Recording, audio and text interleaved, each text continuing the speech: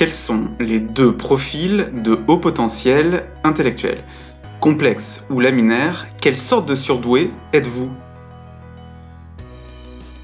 Bonjour à tous, je suis Luc Martranchard, je suis psychologue clinicien et je suis spécialisé dans la détection du haut potentiel et je suis le créateur du site bilan-psychologique.com. Et aujourd'hui, je vais vous dire quelles sont les deux sortes de haut potentiel intellectuel en vous donnant 18 clés de compréhension des profils complexes et laminaires, 18 différences et similitudes entre ces deux profils. Alors avant tout, pour être HPI, il faut avoir passé un bilan HPI. Dans un premier temps, pour découvrir la probabilité que vous soyez HPI et donc savoir si ce type de bilan est recommandé pour vous, vous pouvez faire le test de dépistage du HPI, je mets le lien dans la description. Mais pour savoir de façon sûre si vous êtes HPI, il faut passer le test de QI VICE-4. Alors complexe ou laminaire, les recherches sur le cerveau des HPI grâce à l'IRM ont fait émerger deux types de profils bien distincts de haut potentiel intellectuel. Le laminaire, c'est le surdoué comme dans les films. C'est un petit peu la caricature du surdoué qu'on peut retrouver dans les œuvres de fiction. Alors que le profil complexe est nettement plus fréquent et vous allez voir assez différent du profil laminaire. Alors le fait d'avoir fait émerger deux profils distincts est tout à fait intéressant, mais les surdoués sont en constante évolution. On peut donc être plutôt complexe à un moment de sa vie, puis laminaire, et inversement. Alors êtes-vous plutôt complexe ou laminaire? Je vais présenter 18 caractéristiques de ces deux profils, partagez dans les commentaires le nombre de caractéristiques que vous avez du profil complexe et le nombre de caractéristiques du profil laminaire. Première caractéristique, l'hyperspéculation. L'hyperspéculation est une similitude.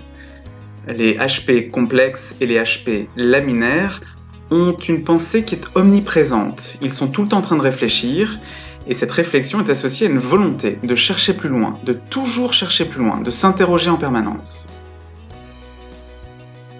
Deuxième caractéristique, l'hyperacuité. L'hyperacuité est aussi une similitude. Les HP complexes et les HP laminaires ont un système sensoriel et émotionnel qui est tout le temps en alerte. Une grande sensibilité à la fois aux émotions, aux sensations, aux bruits, etc. Troisième caractéristique, l'hyperlatence. Leur hyperlatence est aussi une similitude. Chez les complexes et chez les laminaires, il y a une activité omniprésente, pas forcément consciente, qui se passe en permanence d'assemblage des expériences vécues pour les mettre en lien avec le présent. Et cette activité-là est génératrice d'idées nouvelles et de créativité. Alors pour en savoir plus sur les complexes et les laminaires, il y a un livre qui est tout à fait indispensable, c'est le livre Les Philo-cognitifs. Lisez-le, c'est un livre absolument passionnant, je mets le lien dans la description. Quatrième point, le raisonnement. Et là, c'est une différence. Les complexes ont un raisonnement plutôt intuitif. Ils peuvent être en difficulté quand ils sont dans le raisonnement analytique. Par contre, les laminaires manient très bien le raisonnement analytique. Cinquième point, le quotient intellectuel. Là aussi, c'est une différence. Les complexes ont un quotient intellectuel hétérogène, c'est-à-dire qu'il y a une différence importante entre l'indice de compréhension verbale à la VICE-4 et l'indice de raisonnement perceptif. C'est-à-dire qu'il y a une différence importante, en gros, entre les aptitudes verbales qui dépendent du langage et les aptitudes non verbales, celles qui ne dépendent pas du langage. Alors que chez les laminaires, le QI est souvent homogène, il n'y a pas de différence importante entre ces deux indices. Sixième point, leur curiosité. Et là, c'est une similitude. Les complexes ont une soif d'apprentissage qui est extrêmement développée. Les laminaires sont passionnés plutôt par un sujet en particulier, avec un intérêt souvent pour les sciences. Septième point, la capacité d'intégration. Là, c'est une différence. Les complexes ont une difficulté à se socialiser, alors que les laminaires s'intègrent plutôt facilement, mais ils peuvent avoir des difficultés dans la socialisation parce qu'ils ont des centres d'intérêt différents des autres. Huitième point, l'ennui. L'ennui, c'est une similitude. Le HP complexe a besoin de comprendre pourquoi il apprend et d'être intéressé par le sujet, sinon il peut s'ennuyer.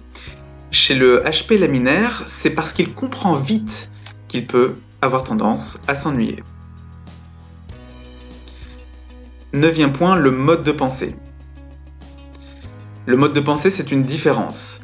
Chez les HP complexes, il y a une pensée en arborescence ou une pensée divergente, c'est-à-dire qu'une idée crée une autre idée qui crée une autre idée, et souvent on perd le début du fil de la pensée. Alors que chez les laminaires, la pensée est plus linéaire, il y a une capacité à se concentrer sur une seule idée pendant un moment prolongé. Dixième point, la sensibilité. La sensibilité, c'est une différence parce que les HP complexes sont souvent hypersensibles, alors que les laminaires sont aussi sensibles, ils ont une sensibilité qui est fine, mais sans qu'elle soit exacerbée. Rappelez-vous, le profil complexe est de loin le plus fréquent, c'est pourquoi habituellement on retrouve cette hypersensibilité chez les personnes surdouées. Onzième point, le sentiment d'être différent. Le sentiment d'être différent est une similitude, même si chez le complexe, cette différence est souvent mal assumée ou niée, alors que pour le laminaire, le sentiment d'être différent les valorise. 12e point, la créativité. Là aussi, c'est une similitude, les hauts potentiels sont généralement très créatifs, en particulier les HP complexes.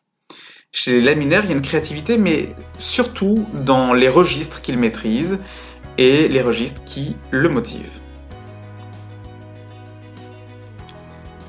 13e point, le parcours scolaire. Le parcours scolaire est différent. Chez les complexes, la réussite dépend beaucoup de la relation à l'enseignant. S'il y a une bonne relation, il y a une bonne réussite, et inversement. Alors que chez les laminaires sont souvent des bons élèves. L'école leur va bien. 14e point, le stress. Le stress et l'anxiété, mais pour des raisons différentes. Le complexe stresse parce que son cerveau ne s'arrête jamais, il y a une hyperactivité cérébrale. Chez les laminaires, il y a une anxiété parce qu'ils sont très exigeants envers eux-mêmes. Il y a un fort perfectionnisme. 15e point, leur relation au monde. Et là, c'est une différence. Chez les complexes, le monde extérieur leur est étranger et menaçant. Alors que chez les laminaires, le monde est un trésor de ressources qu'il suffit d'explorer. Le monde, pour eux, n'est pas une menace. 16e point, la lucidité. Et là, c'est une grande différence. Les HP complexes peuvent être très naïfs, alors que les HP laminaires peuvent être très lucides. 17e point, l'empathie. Les surdoués sont empathiques. Chez les complexes, il y a une générosité, un côté attachant, et chez les laminaires, une grande empathie, ils savent ce qu'ils peuvent attendre des autres. Mais attention, l'empathie, ce n'est pas forcément ce que vous pensez. Le lion peut être très empathique avec la gazelle quand il pense comme elle, ce qui lui permet d'envisager sa trajectoire pour pouvoir l'attraper et la manger. Et 10e point, le cerveau droit ou cerveau gauche. Et là, c'est une différence. Les complexes utilisent prioritairement leur cerveau gauche, cerveau qui est impliqué dans le langage, dans la pensée, alors que les laminaires vont privilégier le cerveau droit, et c'est ce qui fait qu'ils sont socialement adaptés, qu'ils diffusent une énergie sereine. Alors êtes-vous plutôt complexe ou laminaire? Dites-moi tout dans les commentaires. Voilà, c'est tout pour cette vidéo, n'hésitez pas à vous abonner et à activer les notifications pour ne pas manquer les prochaines vidéos de la chaîne, il y en a au moins une par semaine. À bientôt sur la chaîne.